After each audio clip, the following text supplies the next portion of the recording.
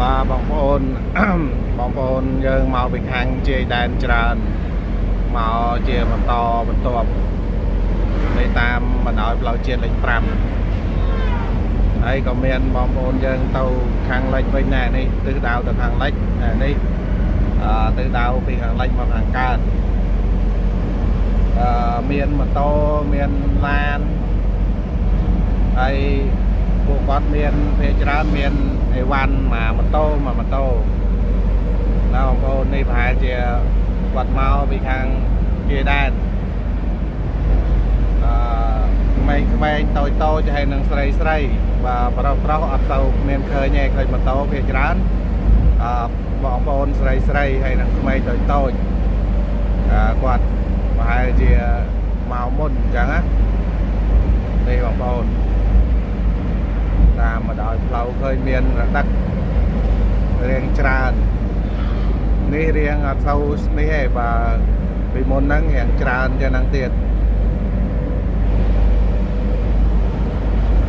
នេះពេលច្រើនគាត់ដុបគ្នាមកម៉ូតូនេះ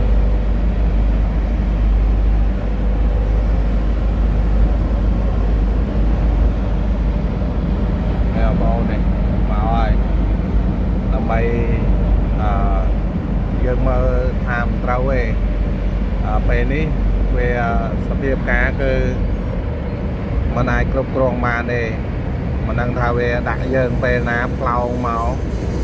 បើឥឡូវហ្នឹងអ្នកទៅខាងឧត្តរមានជ័យអីមានផ្លោងចូលទីក្រុងហើយចឹង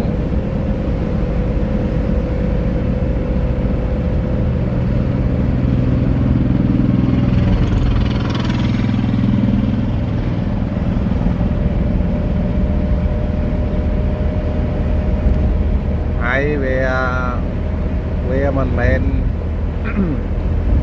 លើកនេះគឺមិនមែនដូចមុនទេបងប្អូនគឺខ្លាំងជាងមុនច្រើនដងណា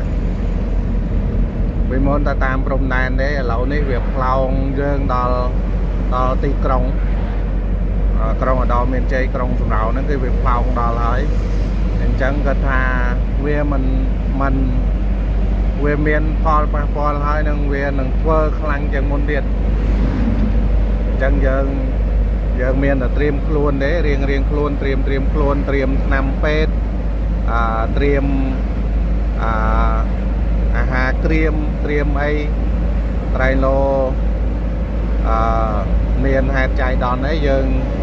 អាចទប់ទល់យើងអាចមានរបស់ប្រើប្រាស់ពិសេសថ្នាំពេទ្យណាបងប្អូនយើងទិញទុកត្រៀមមកហើយទៅអាណាដែលចាំបាច់ហ្នឹងបាទស្រុកទេសវាវិវត្តខ្លាំងយ៉ាងណាយើងមានរបស់យើងប្រើហើយឡានអីហ្នឹងចាក់សាំងឲ្យពេញហើយទៅបងប្អូនឡានម៉ូតូអីហ្នឹង